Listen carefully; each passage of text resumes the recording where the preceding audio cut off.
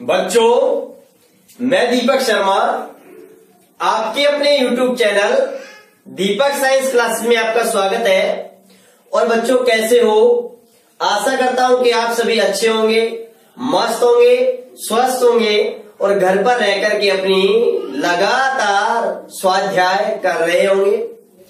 तो बच्चों, इससे पहली क्लास में हमने हाइड्रोजन स्पेक्ट्रम के बारे में बिल्कुल बेसिक तरीके से बात की।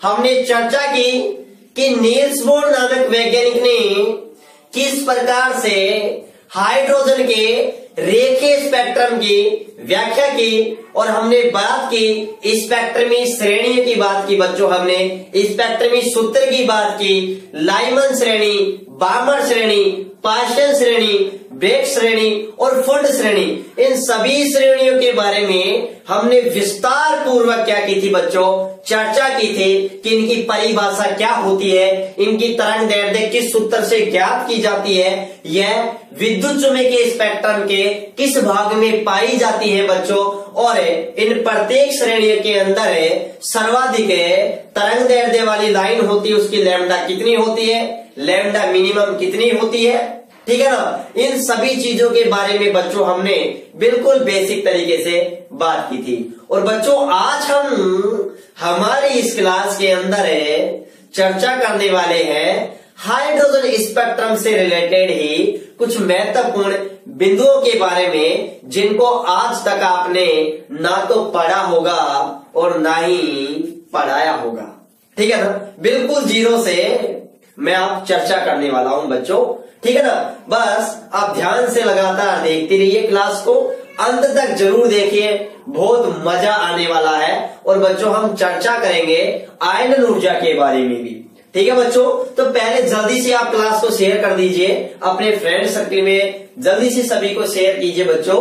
मैं आप लोगों के लिए ये मेहनत कर रहा हूं, ठीक है बच्चों।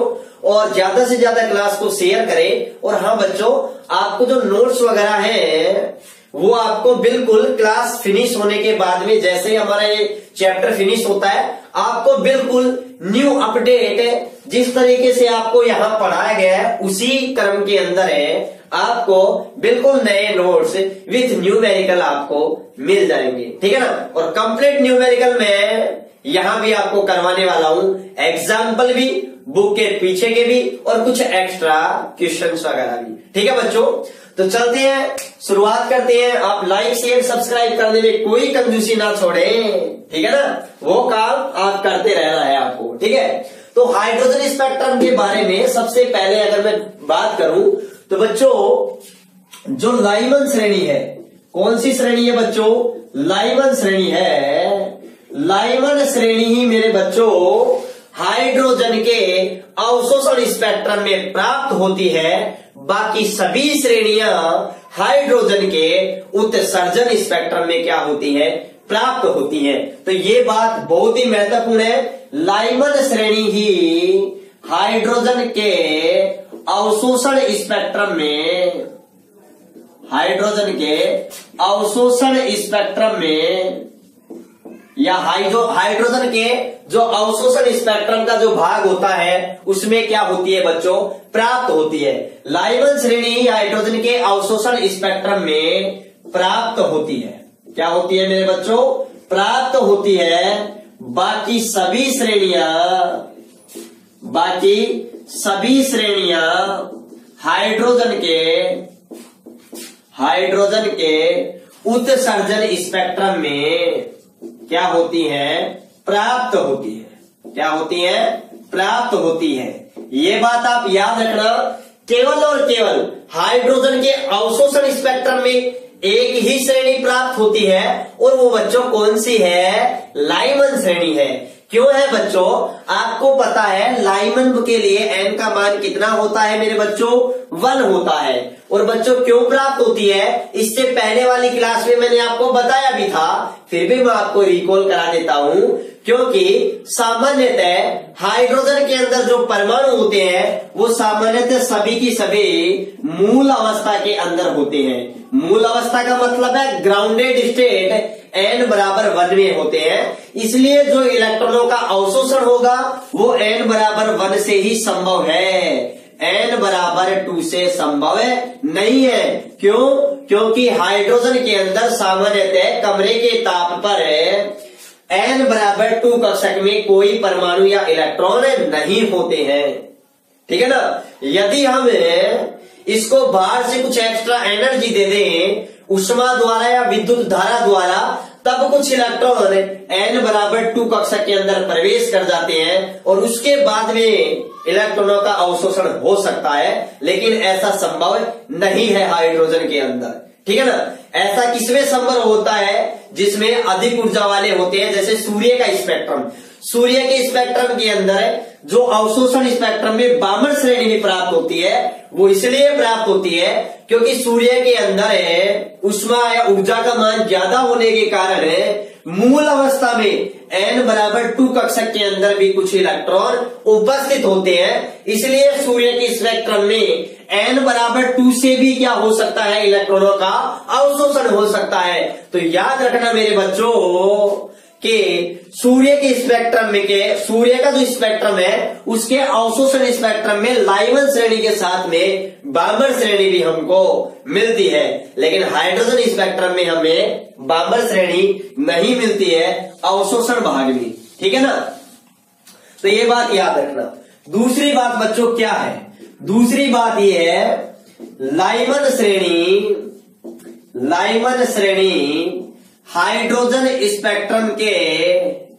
हाइड्रोजन के उत्सर्जन व अवशोषण। लाइमन श्रेणी हाइड्रोजन के उत्सर्जन व अवशोषण दोनों स्पेक्ट्रम में या दोनों प्रकार के स्पेक्ट्रम में क्या होती है बच्चों? प्राप्त होती है। लाइमन श्रेणी एक ऐसी श्रेणी है जो हाइड्रोजन के उत्सर्जन स्पेक्ट्रम में भी प्राप्त होती है, तो अवशोषण स्पेक्ट्रम में भी प्राप्त होती है। उत्सर्जन n1 से इलेक्ट्रॉन n2 में जाता है, n2 से वापस अगर n1 में आ जाए तो जो अवशोषित की गई ऊर्जा है उसको विद्युत चुंबकीय तरंगों के रूप में क्या करेगा बच्चों? उत्सर्जित करेगा, जिसको स्पेक्ट्रोमीटर द्वारा पर्दे पर डालने पर हमें क्या प्राप्त हो जाएगा? उत्सर्जन स्पेक्ट्रम बच्चों हमको क्या हो जाएगा? प्राप्त हो जाएगा। ये बात आप अच्छे से समझिएगा। अब ध्यान से समझिएगा बच्चों। नेक्स्ट पॉइंट हमारे पास में क्या आता है? नेक्स्ट पॉइंट बच्चों हमारे पास में आता है कि जो हाइड्रोजन स्पेक्ट्रम है, हाइड्रोजन का जो रेखीय स्पेक्ट्रम है उसमें जो रेखाओं की संख्या है वह किन किन चीजों पर डिपेंड करती है, ये बात समझिएगा आप। तो बच्चों हाइड्रोजन के रेखीय स्पेक्ट्रम में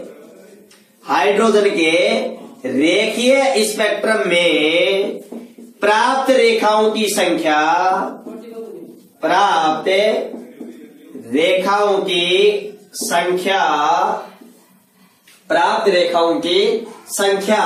किस किस पर डिपेंड करती है? कक्षकों की संख्या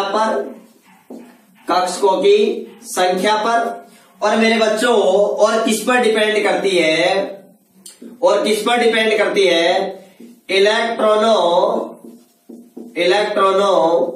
के संक्रमण की संख्या पर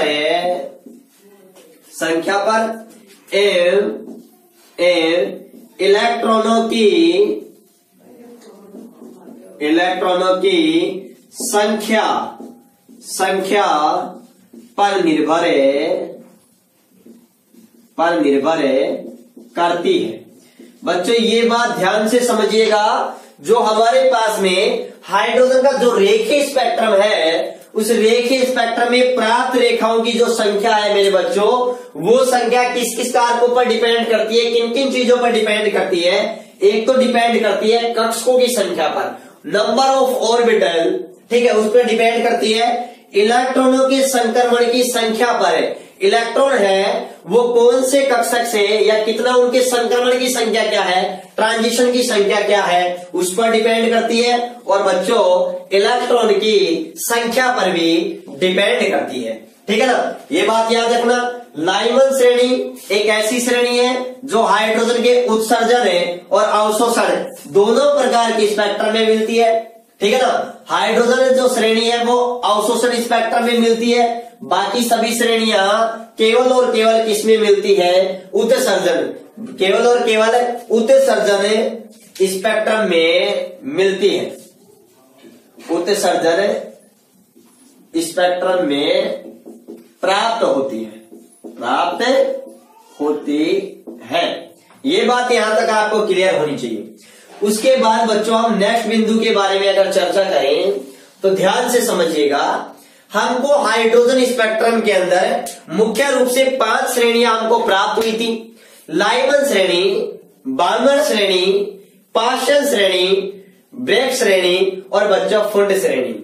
बच्चों याद रखिएगा, इनमें जो फुंड श्रेणी है, फुंड श्रेणी में जो प्राप्त रेखाएं हैं उन रेखाओं की वेवलेंथ, तरंग दैर्ध्य सबसे क्या होती है, ज्यादा होती है। और मेरे बच्चों लाइमन श्रेणी के प्राप्त जो रेखाएं हैं उनकी तरंग दैर्ध्य बच्चों क्या होती है, सबसे कम होती है। ये बात याद रखना। तो नेक्स्ट बिंदु, नेक्स्ट पॉइंट हमारे पास में क्या है, ये है फुंड श्रेणी। फुंड श्रेणी में प्राप्त रेखाओं की तरंग दैर्ध्य सर्वाधिक, अगर तरंग दैर्ध्य सर्वाधिक होती है तो मेरे बच्चों आवर्ती क्या होगी, न्यूनतम होगी। आवर्ती क्या होगी, न्यूनतम। ये बात भी याद रखना, क्योंकि आपको पता है जो आवर्ती और तरंग दैर्ध्य है वो एक दूसरे के मेरे बच्चों क्या होती हैं, व्युत्क्रमानुपाती होते हैं। ठीक है ना, व्युत्क्रमानुपाती होते हैं, व्युत्क्रम होते हैं, उल्टे होते हैं। ठीक है ना, तो ध्यान से समझिएगा। फुंड श्रेणी में प्राप्त रेखाओं की तरंग दैर्ध्य सर्वाधिक है, तो मैं ये भी कह सकता हूं कि फुंड श्रेणी में प्राप्त रेखाओं की आवर्ती न्यूनतम। ये बात आप अच्छी तरीके से ध्यान रखना। फुंड श्रेणी में प्राप्त रेखाओं की तरंग दैर्ध्य सर्वाधिक या आवर्ती न्यूनतम होती है। क्या होती है, न्यूनतम होती है। ये बात आप अच्छी तरीके से याद रखिएगा। जबकि लाइमन श्रेणी में प्राप्त रेखाओं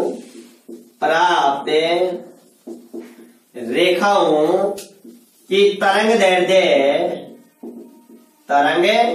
दैर्ध्य न्यूनतम, और मेरे बच्चों तरंग दैर्ध्य न्यूनतम होगी तो आवर्ती क्या होगी, अधिकतम होगी। तो मैं ये लिख सकता हूं, या आवर्ती क्या होती है, अधिकतम में, आवर्ती अधिकतम में होती है। ये बात आप अच्छी तरीके से याद रखिएगा।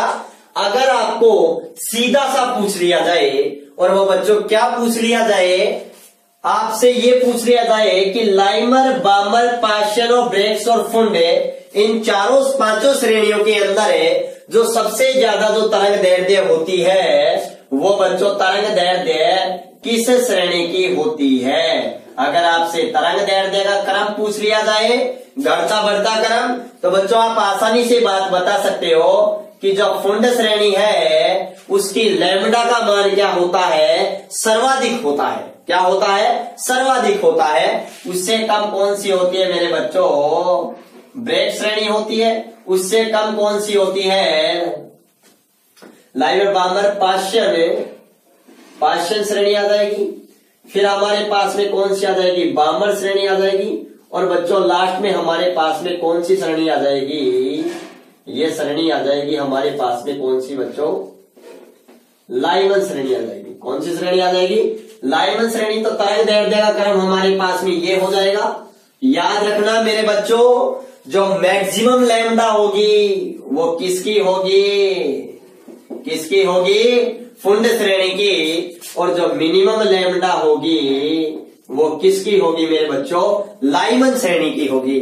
और अगर मैं ये क्रम किसका लिखूं बच्चों, आवर्ती का, अगर मैं आवर्ती का क्रम लिखूं तो ये क्रम बच्चों क्या हो जाएगा, विपरीत हो जाएगा। क्या हो जाएगा, विपरीत। यानी क्या हो जाएगा, लाइमन श्रेणी है उसकी आवर्ती सर्वाधिक हो जाएगी, उससे कम किसकी होगी, बामर श्रेणी की, उससे कम किसकी होगी, पार्शियन श्रेणी की, और उससे कम बच्चों किसकी हो जाएगी, ब्रेक श्रेणी की, और सबसे कम बच्चों किसकी हो जाएगी, किसकी हो जाएगी बच्चों, फुंड श्रेणी की हमारे पास में हो जाएगी। ये बात आप अच्छी तरीके से ध्यान रखिएगा, बड़ा ही इंपॉर्टेंट पॉइंट है, ठीक है ना। एक तो ये पॉइंट और दूसरी बात हमारे पास में एक ये पॉइंट, दोनों पॉइंट एग्जाम की दृष्टि से बड़े ही महत्वपूर्ण है। तो याद रखिएगा, फुंड श्रेणी की तरंग दैर्ध्य सबसे ज्यादा होती है और लाइमन श्रेणी की तरंग दैर्ध्य सबसे कम होती है, ठीक है ना। दूसरी बात ये भी याद रखिएगा कि जो फुंड श्रेणी है उसकी आवर्ती सबसे कम होती है और लाइमन श्रेणी की आवर्ती बच्चों क्या होती है, सबसे ज्यादा होती है। क्या होती है बच्चों, सबसे ज्यादा होती है। ये बात आप अच्छे से ध्यान रखिएगा। चलो पहले आप इसका स्क्रीनशॉट लीजिएगा, स्क्रीनशॉट लीजिएगा आप सभी, इसका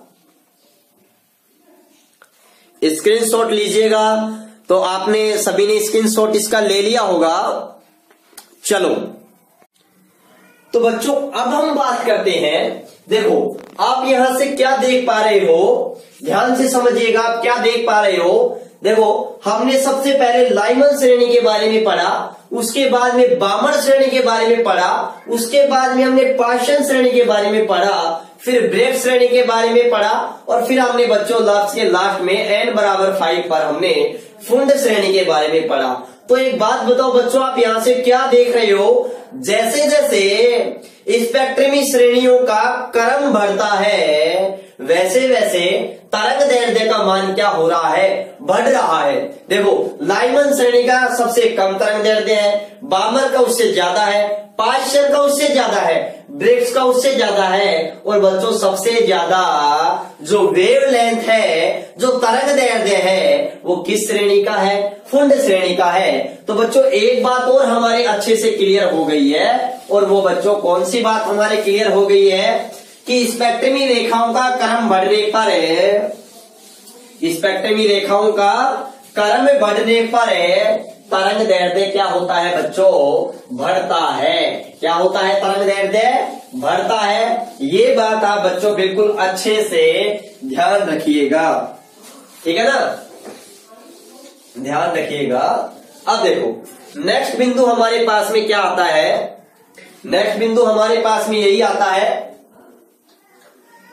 कि पांचवा बिंदु स्पेक्ट्रमी, ध्यान से समझिएगा बिल्कुल। अभी हमने बात की इसके बारे में कि स्पेक्ट्रमी श्रेणियों का क्रम बढ़ने पर, स्पेक्ट्रमी श्रेणियों का क्रम बढ़ने पर तरंग दैर्ध्य का मान, स्पेक्ट्रमी रेखाओं की जो तरंग दैर्ध्य है वह भी क्या होती है बच्चों, बढ़ती है। स्पेक्ट्रमी श्रेणियों का क्रम बढ़ने पर स्पेक्ट्रमी रेखाओं का, स्पेक्ट्रमी श्रेणियों का क्रम बढ़ने पर डायरेक्ट लिख दो मैं, क्रम बढ़ने पर तरंग दैर्ध्य बढ़ती है। तरंग दैर्ध्य क्या होती है बच्चों, बढ़ती है। इसलिए मैंने लिखा था कि जो फुंड श्रेणी है, जैसे मैं बात करूं, सबसे पहले हमने लाइमन श्रेणी के बारे में बात की, उसके बाद में हमने बामर श्रेणी के बारे में बात की, उसके बाद में हमने पार्शियन श्रेणी के बारे में बात की बच्चों, उसके बाद में हमने ब्रेक श्रेणी के बारे में बात की, और बच्चों सबके लास्ट में हमने कौन सी श्रेणी के बारे में बात की, फुंड श्रेणी के बारे में। तो जैसे जैसे हम आगे बढ़ते जाएंगे वैसे वैसे मेरे बच्चों इनकी तरंग दैर्ध्य क्या होती जाएगी, बढ़ती जाएगी। क्या होती जाएगी, तरंग दैर्ध्य बढ़ती जाएगी। और मैक्सिमम जो लैम्डा हमको प्राप्त होगी, मैक्सिमम लैम्डा जिस श्रेणी की हमको प्राप्त होगी वो कौन सी होगी बच्चों, वो फुंड श्रेणी होगी। कौन सी श्रेणी होगी, फुंड श्रेणी होगी। और लाइमन श्रेणी है, इस श्रेणी के लिए हमको जो लैम्डा प्राप्त होगी वो बच्चों क्या होगी, वो बच्चों मिनिमम प्राप्त होगी। ठीक है ना। अब देखो, अगर मैं पर्टिकुलर किसी एक श्रेणी के बारे में बात करूं, किसी भी एक श्रेणी के बारे में, चाहे वो लाइमन हो, चाहे वो बाबर हो, चाहे वो पाशियन हो, चाहे वो ब्रेक्स हो, चाहे वो फुंड हो, अगर मैं किसी भी श्रेणी में स्पेक्ट्रमी रेखा का क्रम की बात करूं, मतलब किसी भी एक श्रेणी के अंदर बात करूं, तो याद रखना मेरे बच्चों, किसी भी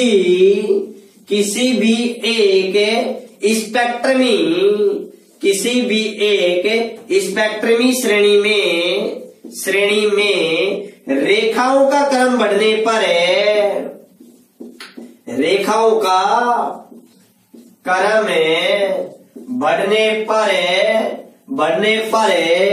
मेरे बच्चों जल्दी बताइए मुझे कि तरंग दैर्ध्य बढ़ती है या घटती है। किसी भी एक श्रेणी में, चाहे वो लाइमन हो, चाहे वो बाबर हो, चाहे वो पाशियन हो, चाहे वो ब्रेक्स हो, चाहे वो फुंड हो, किसी भी एक स्पेक्ट्रमी श्रेणी में रेखाओं का क्रम बढ़ने पर, जैसे जैसे हम आगे की रेखाओं पर चलते हैं, जैसे H alpha, H beta, H gamma, H delta, अब आप बिल्कुल समझ गए होंगे कि सर क्या पूछना चाह रहे हैं। ठीक है ना। तो मेरे बच्चों, जैसे जैसे हम इसमें किसी भी एक स्पेक्ट्रमी श्रेणी में रेखाओं का क्रम बढ़ता है, तो रेखाओं का क्रम बढ़ने पर बच्चों तरंग दैर्ध्य का मान क्या होता है बच्चों? घटता है, कम होता है। जैसे मैं एग्जाम्पल के तौर पर अगर मैं बात करूं, जैसे मैंने लाइमन श्रेणी की बात करूं, मैं कौन सी श्रेणी की बात करूं? लाइमन श्रेणी। तो बच्चों लाइमन श्रेणी कितने नंबर, या फिर मैं बामर श्रेणी के बारे में बात करूं, चलो बामर श्रेणी के बारे में मैं बात करूं, बामर श्रेणी। तो बच्चों बामर श्रेणी है, बामर श्रेणी के लिए एन का मान कितना होता है? सबसे पहली लाइन हमें एन बराबर, देखो इस बामर श्रेणी के लिए N1 का मान 2 होता है। ठीक है। तो यहां पर अगर मैं जिसका बात कर रहा हूं था, बामर श्रेणी है, उसका जो हमारे पास में जो तरंग दैर्ध्य ज्ञात करने का सूत्र था, वो बच्चों हमारे पास में क्या था? 1/λ इक्वल R 1/2² माइनस n²। तो बच्चों आपको पता है अच्छे से, जो बामर श्रेणी है, उस बामर श्रेणी के लिए यहां जो n का मान होता है, n का मान होता है वो कितने से प्रारंभ होता है? 3 से, 4 भी हो सकता है, 5 भी हो सकता है, डैश डैश डैश बच्चों यहाँ पर कहां तक हो सकता है? इन्फिनिटी पर। तो बच्चों देखो, मैंने कहा था ये आपके लिए बच्चों कौन सी लाइन है? फर्स्ट लाइन है। कौन सी लाइन है? फर्स्ट लाइन है। ध्यान से समझिएगा, पहली लाइन बामर श्रेणी की अगर पहली लाइन के लिए बात करें, तो इसका मतलब n का मान कितना है मेरे बच्चों? 3 है। तो n का मान जब 3 होगा तो हमारे पास में कौन सी लाइन प्राप्त होगी? इधर देखिएगा, कौन सी प्राप्त होगी? फर्स्ट। 4 पर हमको कैसी प्राप्त होगी बच्चों? सेकंड। अगर सेकंड पूछा है, बामर श्रेणी की अगर सेकंड लाइन पूछा है तो 4, n का मान कितना? 4। और बच्चों अगर हमको थर्ड लाइन पूछा है, तो थर्ड का मतलब क्या है? n का मान बच्चों कितना है? 5। और मैंने कहा था बच्चों, इनको मैं क्या लिख सकता हूं? इनको मैं एच अल्फा, एच बीटा या एच गामा बोल सकता हूं, आगे एच डेल भी बोल सकता हूं। मान लिया बच्चों कि इसकी जो लैम्डा है मेरे पास, इसकी लैम्डा मान लिया था 3 रखते हैं, पहली लाइन है, इसकी लैम्डा 1 है, इसकी लैम्डा 2 है 4 पर, इसकी लैम्डा 3 है। तो बच्चों याद रखना, जैसे जैसे इनका क्रम बढ़ता जाएगा, जैसे जैसे हम आगे बढ़ते जाएंगे, वैसे वैसे तरंग दैर्ध्य बच्चों क्या होती जाएगी? तरंग दैर्ध्य का मान कम होता जाएगा। और बच्चों जो इन्फिनिटी होता है, उस पर जो लैम्डा प्राप्त होगी, उस लैम्डा का मान हमको क्या प्राप्त होगा बच्चों? न्यूनतम प्राप्त होगा, कम से कम मान हमको क्या होगा? प्राप्त होगा। और बच्चों जो हमको फर्स्ट प्राप्त होगी, जो हमको यहाँ पर है n बराबर जो 3 पर प्राप्त होगी, उसकी लैम्डा का मान मेरे बच्चों क्या प्राप्त होगा? हमको मैक्सिमम प्राप्त होगा। क्या प्राप्त होगा? अधिकतम प्राप्त होगा। तो ये बात बच्चों आप अच्छी तरीके से ध्यान से समझिएगा। ठीक है ना। तो याद रखना, चाहे वो बामर श्रेणी हो, चाहे वो पाशियन श्रेणी हो, चाहे ब्रेक्स, ऐसे ही हम चर्चा करेंगे। उसकी जो फर्स्ट लाइन होगी उसकी लैम्डा सबसे ज्यादा होगी, और जो उसकी लास्ट लाइन जो इन्फिनिटी पर प्राप्त होगी, इन्फिनिटी से वो मान बच्चों उसकी लैम्डा का मान क्या होगा? सबसे कम होगा। ये बात आपको अच्छी तरीके से क्लियर होना चाहिए। ठीक है, यहां तक ये बात अच्छे से तरीके से आपको क्लियर होनी चाहिए। कोई भी दिक्कत नहीं होनी चाहिए यहां तक। तो चलो आप इसका जल्दी से आप स्क्रीनशॉट लीजिएगा, जल्दी से आप इसका स्क्रीनशॉट लीजिएगा। देखिए आप, तो अब देखिएगा इसके बाद में नेक्स्ट बिंदु हमारे पास में क्या आता है। यहां तक आज सभी के क्लियर हो गया होगा। अगर फिर भी कोई डाउट हो तो लाइव चैट में जरूर अपना कमेंट रखिए, ठीक है ना, तुरंत आपको उसका रिप्लाई मिलेगा। अब ध्यान से समझिएगा बच्चों, क्या है, अगर आपसे ये क्वेश्चन पूछा जाए, कौन सा क्वेश्चन पूछा जाए, यदि कोई इलेक्ट्रॉन है और वो nवें कक्ष से फर्स्ट एनर्जी लेवल के अंदर क्या करता है बच्चों, संक्रमण करता है या कूदता है, तो बच्चों जो स्पेक्ट्रमी रेखाओं की जो लाइनें प्राप्त होंगी वो हमको कितनी प्राप्त होंगी, ये आपको बताना है। तो बच्चों ध्यान से समझिएगा, पहले मैं आपको बिल्कुल कॉन्सेप्ट क्लियर करता हूं, उसके बाद में हम आगे बात करते हैं। ध्यान से समझिएगा बच्चों, क्या है, देखिए यदि हमारे पास में जो इलेक्ट्रॉन है, यदि इलेक्ट्रॉन एनवी कक्षा से फर्स्ट कक्षा में या फिर मैं कहूं मूल ऊर्जा स्तर में, फर्स्ट कक्षा का मतलब बच्चों को क्या है, मूल ऊर्जा स्तर में संक्रमण करता है। क्या करता है, संक्रमण करता है। तो बच्चों प्राप्त स्पेक्ट्रमी रेखाओं की जो संख्या होती है वो क्या होती है, ध्यान से समझिएगा।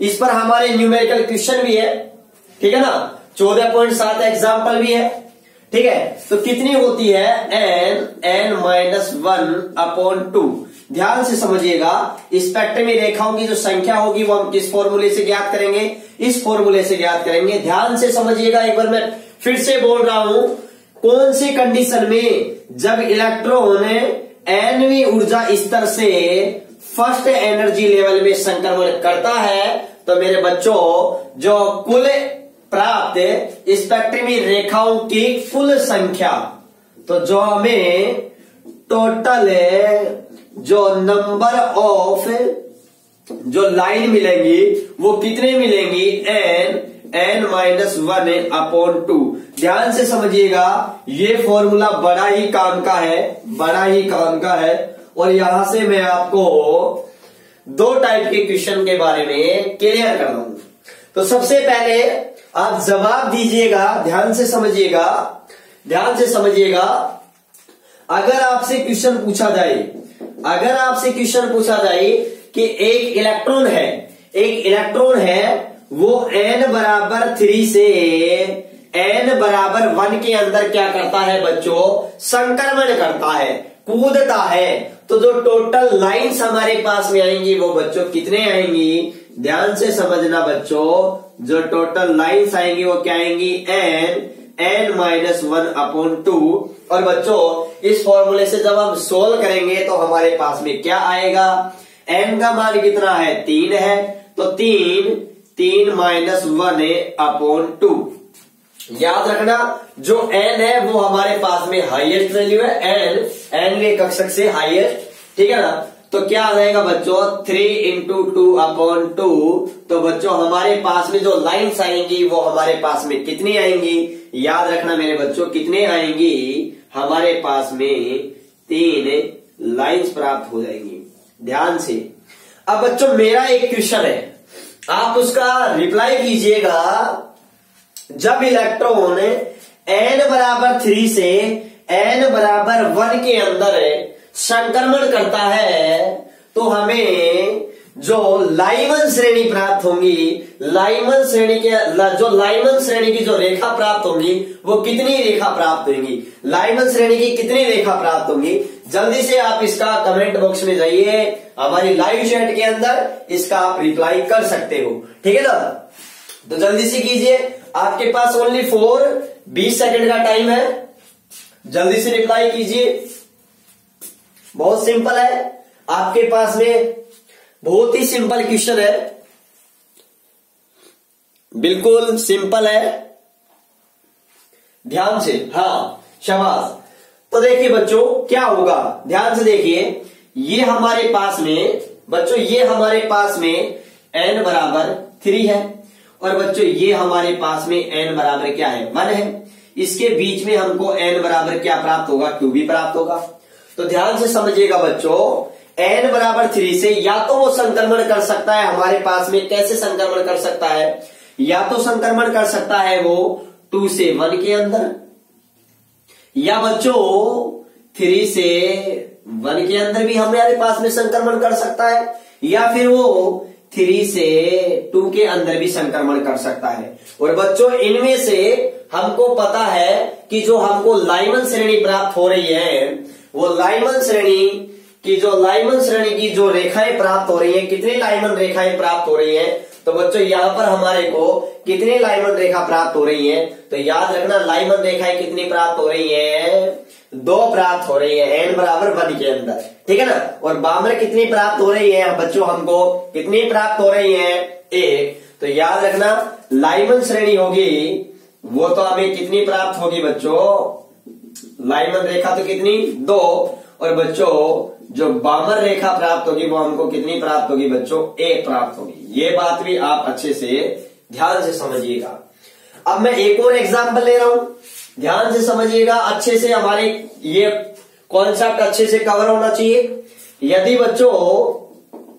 बच्चों इलेक्ट्रॉन है वो n बराबर चौथे एनर्जी लेवल से n बराबर 1 के अंदर अगर संक्रमण करता है, तो हमारे पास में बच्चों जो टोटल लाइन आएंगी वो कितनी आएंगी बच्चों, टोटल है जो लाइन आएंगी वो कितनी आएंगी बच्चों, n माइनस 1/2। n की वैल्यू कितनी है, 4 × 3 और अपॉन 2, यहां 2 कैंसिल, बच्चों कितनी आ गई हमारे पास में, 6, मतलब 6 लाइनें प्राप्त होंगी। ये बात क्लियर। अब आप मेरे को इसमें से ये बताइए बच्चों कि जो हमारे पास में जो लाइमन श्रेणी की कितनी लाइनें होंगी, बामर श्रेणी की हमारे पास में कितनी लाइनें होंगी, और बच्चों पाश्चन श्रेणी की हमारे पास में कितनी लाइन होंगी। आप मेरे को ये जल्दी से कमेंट बॉक्स में कमेंट करके मुझे बताइए कि लाइमन श्रेणी की कितनी रेखाएं हमको प्राप्त होंगी, बामर श्रेणी की कितनी रेखाएं प्राप्त होंगी, पाश्चन श्रेणी की कितनी रेखाएं प्राप्त होंगी। आपके पास पूरा 1 मिनट का क्या है मेरे बच्चों, टाइम है। जल्दी से मुझे कमेंट करके बताइए, जल्दी बताइए, जल्दी।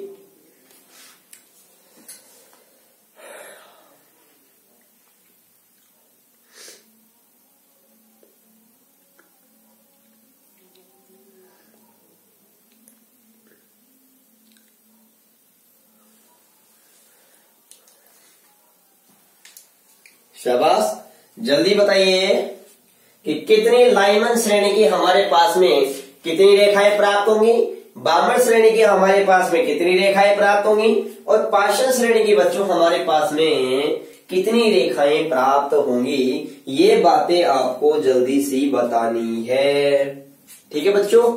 चलो जल्दी कमेंट कीजिएगा, जल्दी। हाँ शाबाश, गलत आए कोई दिक्कत नहीं है, हमें बताना है, सीखना है बच्चों। आप बिल्कुल मत घबराइए कि गलत आएगा। जब हमारा कॉन्सेप्ट अच्छे से क्लियर है तो 100% जवाब भी राइट ही आएगा, ठीक है, कोई दिक्कत नहीं है। यहां हमारे गलत करने से कोई फर्क नहीं पड़ेगा, ठीक है ना। हमें सीखना है, अच्छे से समझना है बच्चों, ध्यान से। तो देखिएगा इसका जो जवाब होगा बच्चों वो क्या होगा, ध्यान से समझिएगा। अब देखो यहां पर क्या, कितनी लाइमन श्रेणी कितनी होगी, बामर श्रेणी की रेखाएं कितनी होंगी, पाश्चन की कितनी होंगी। देखो हमारे पास में ये एनर्जी लेवल कौन सा है बच्चों, 4th, किसमें कूद रहा है, 1 में। तो आप ऐसे बना लीजिए पहले तो, ये हमारे पास में बच्चों n बराबर 4 हो गया, और बच्चों ये हमारे पास में क्या हो गया, n बराबर 1 हो गया। तो ये हमारे पास में n बराबर 2 हो गया, और ये हमारे पास में बच्चों n बराबर क्या हो गया, 3 हो गया। अब देखो कौन कौन सी पॉसिबिलिटी बन रही है, या तो वो संक्रमण 2 से 1 में कर जाए, या 3 से 1 में हो जाए या 4 से 1 में हो जाए। वो कैसे कैसे आ सकता है, ऐसे भी आ सकता है, या बच्चों फिर वो ऐसे भी आ सकता है कि यहां पर हमें ध्यान से देखिएगा 4 से 3 में ही आए, केवल 4 से किस में आए, केवल 3 में आए। या फिर वो ऐसे भी कर सकता है वो किससे 4 से 2 में आ जाए, ये भी हो सकता है हमारे पास में, ऐसा भी हो सकता है। या फिर वो 3 से 4 में आने के बाद में हमारे पास से 3 से 2 में भी आ सकता है। अब आप कहोगे सर 4 से 1 में आ जाए तो यहां पर आ चुका, आप कहोगे सर 3 से 2 में आ जाए, ये आ चुका। आप कहो सर 3 से 1 में आ जाए, ये आ चुका 3 से 1 में। आप कहो सर 2 से 1 में आए, ये आ चुका। तो ये हमारे पास में कितनी लाइन हो गई, 1 2 3 4 5 6, मैक्सिमम 6 लाइनें प्राप्त होंगी। और बच्चों यहां पर आप देख रहे हो लाइमन है, ये हमारे पास में लाइमन श्रेणी की रेखाएं हैं, ये हमारे पास में बामन श्रेणी की रेखाएं हैं, और ये हमारे पास में पार्श्व श्रेणी की रेखाएं हैं। ध्यान से समझिएगा, ध्यान से समझिएगा। तो बच्चों यहां पर जो लाइमन श्रेणी की जो रेखाएं आ रही हैं, कितनी लाइमन रेखाएं आ रही हैं, 3। बामन रेखाएं कितनी आ रही हैं बच्चों, 2। और पार्श्व कितनी आ रही हैं बच्चों, 1 आ रही हैं। अब देखो मेरे लाडलो, यहां पर एक बहुत ही अच्छा, अब देखो हमने क्या किया है, हमने इनके बारे में बताने के लिए बच्चों ये डायग्राम बनाया है। लेकिन हमें एग्जाम में इतना डायग्राम नहीं बनाना है, या फिर मैं कहूं कोई कॉम्पिटिटिव एग्जाम दे रहे हैं तो फिर वो टाइम ज्यादा लगेगा। तो देखो कैसे करना है, याद रखना n का मान 4 है तो 1 कम क्या हो गई लाइमन, दूसरी कम क्या हो गई बामर, और 3 कम क्या हो गई मेरे बच्चों, पार्श्व श्रेणी हो गई। यहां तक ये बातें अच्छे तरीके से क्लियर होनी चाहिए मेरे बच्चों, ये कॉन्सेप्ट है। अगर 1 कम तो लाइमन, 2 कम तो n में से अगर 1 कम कर दे तो लाइमन श्रेणी की संख्या आ जाएगी, लाइमन रेखाओं की संख्या आ जाएगी। 2 कम कर दे तो बामर, 3 कम कर दे तो पार्श्व, 4 कम कर दे तो फुंड, और फुंड कितनी होगी बच्चों, 0। यहां पर प्राप्ति ही नहीं होती है। क्लियर है ये बात, ये बात अच्छी तरीके से क्लियर है। क्लियर है तो जल्दी से कमेंट कीजिए कि सर क्लियर है। अब देखो मैं एक और एग्जांपल लेता हूं बच्चों, एक और एग्जांपल। पहला आप इसका स्क्रीनशॉट ले लीजिए, तो ले लिया सभी ने आपने स्क्रीनशॉट। चलो अब मैं एक और एग्जांपल की बात करता हूं, देखिएगा ध्यान से। एक और एग्जांपल लेता हूं, एक और एग्जांपल। वो एग्जांपल है, आप मुझे बताइए कि जब मैं n बराबर 5 से n बराबर में 1 के अंदर जब मैं संक्रमण करवाता हूं बच्चों, अब देखो आपके अच्छी तरीके से क्लियर होना चाहिए। अगर क्लियर है तो मुझे उम्मीद है आप इसका आंसर जरूर देगो।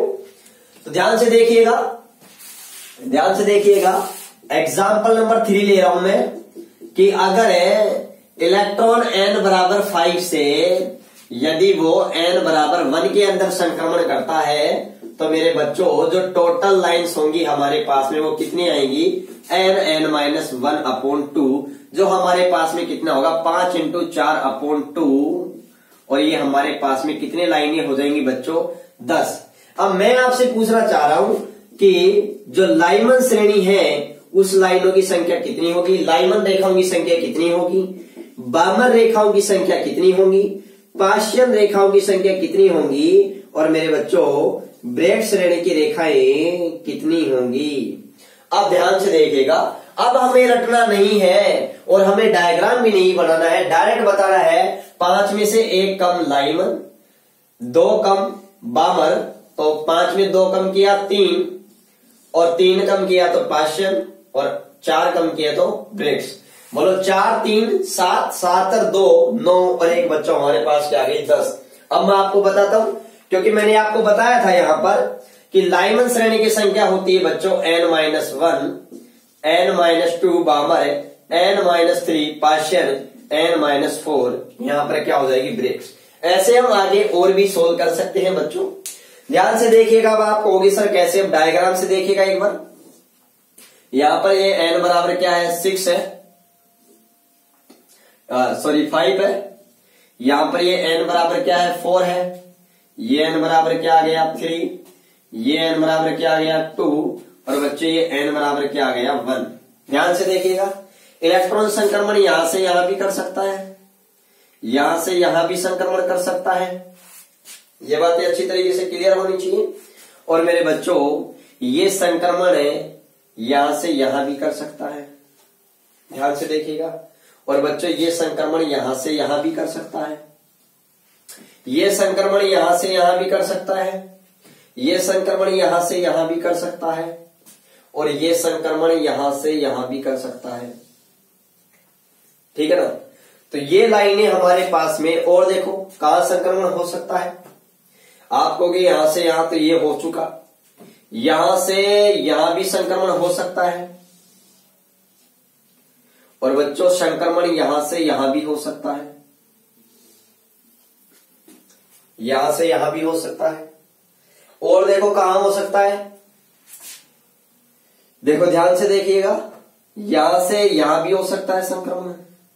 तो देखिएगा, ध्यान से देखिएगा, ये हमारे पास में कौन सी श्रेणी आ गई बच्चों, लाइमन श्रेणी। इसके अलावा कोई भी ट्रांजिशन पॉसिबल नहीं है इलेक्ट्रॉन का। ये हमारे पास में बामर आ गई, ये हमारे पास में पाश्चन आ गई, और ये हमारे पास में कौन सी आ गई, ब्रेक्स। देख लो, 4 लाइमन आ गई, 3 बामर आ गई, 2 पाश्चन आ गई, 1 क्या आ गई, ब्रेक्स आ गई। ये टॉपिक आपको अच्छे से क्लियर होना चाहिए मेरे बच्चों। यहां तक ये चीजें अगर क्लियर है तो बच्चों बिल्कुल कमेंट कीजिए कि सर बिल्कुल क्लियर हो गया है, अब हमारे कोई भी डाउट नहीं है। चलो अब देखिएगा बच्चों, यहां पर अब एक और हमारे पास में केस आता है नेक्स्ट। अगर मैं नेक्स्ट पॉइंट की बात करूं तो हमारे पास में 7वां कॉन्सेप्ट आता है। वो क्या आता है बच्चों, यदि इलेक्ट्रॉन, मैं आपसे ये कहूं, यदि इलेक्ट्रॉन, यहां पे तो मैंने क्या कहा कि वन में एंट्री हो रही थी सबकी, फर्स्ट में एन में से 1 में हो रही थी। यदि आपको ये कह दिया जाए कि इलेक्ट्रॉन किसी, जो इलेक्ट्रॉन है मेरे बच्चों, वो किसी हमारे पास में एनवे एनर्जी लेवल से ही वो किसमें प्रवेश कर रहा है, किसी एनवे एनर्जी लेवल के अंदर ही क्या कर रहा है, प्रवेश कर रहा है। मतलब फर्स्ट की आपको नहीं बोला। जैसे एग्जाम्पल के लिए मैं आपको ऐसे कह दूं, यदि मैं एग्जाम्पल के लिए आपको ऐसे कह दूं, और वो क्या कह सकता हूं कि मान लिया कि इलेक्ट्रॉन है वो 8 से 8वें से एन बराबर है 8 से एन बराबर 5वें में आ रहा है। तो मेरे को जल्दी से कमेंट करके बताइए आप कि अगर वो एन बराबर 8 से 5वें अगर संक्रमण कर रहा है तो हमको टोटल लाइनें कितनी प्राप्त होंगी, उसका फॉर्मूला हमारे पास में क्या होगा। चलो जल्दी से बताइए, चलो आप टोटल लाइनें बताइए कि कितनी होंगी। आप कैसे याद करोगे कि 8 से अगर 5 में आ रहा है तो टोटल लाइनें कितनी होंगी, ये मुझे जल्दी से कमेंट करके बताइए। ठीक है ना, कि 8 से अगर 5 में आ रहा है तो टोटल लाइनें कितनी होंगी। अब ये तो क्वेश्चन सिंपल है। वैसे अगर मैं आपको गैप और बढ़ा दे दूं तो फिर आप डायग्राम बनाओगे और आपके पास कोई ऑप्शन नहीं है, जो हमारे पास में एक लंबा मेथड चला जाएगा। तो ध्यान से समझिएगा, ऐसे क्वेश्चन को सोल्व करने के लिए हमारे पास में कौन सा फॉर्मूला आता है। तो बच्चों यहां पर हमारे पास में जो टोटल लाइन्स है, नंबर ऑफ टोटल लाइन, वो हमारे पास में क्या आएगा बच्चों, कैपिटल एन माइनस 1/2। अब आप कहोगे सर ये तो सेम है, लेकिन बच्चों यहां पर है, यहां पर स्मॉल एन का मतलब था, यहां पर स्मॉल एन का मतलब था टॉप मोस्ट एनर्जी लेवल, और यहां पर एन का मतलब क्या है, ये ध्यान से समझिएगा। यहां पर जहां हमारे पास में इसे कैपिटल एन का मतलब क्या है बच्चों, डेल एन प्लस 1, मतलब इन दोनों के बीच का डिफरेंस को अपन क्या कहते हैं, डेल एन। जैसे 8 और 5 का जो डिफरेंस है वो कितने का है बच्चों, 3, तो 3 + 1 कितने हो गई, 4 हो गई। तो 4 × 4 - 1 मतलब 4 × 3, 4 × 12/2 = 6।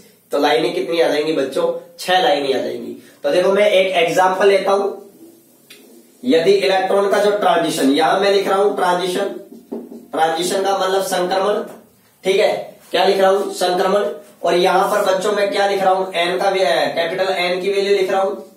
इसको मैं ऐसे भी लिख सकता हूं, जैसे ये मैं एन बोल रहा हूं, इसको एन डैश बोल दिया मैंने, यहां पर एन डैश बोल दिया, तो क्या कह सकता हूं, एन = एन डैश प्लस 1, ये भी बोल सकता हूं। यहां पर एन का मतलब क्या है, ये है।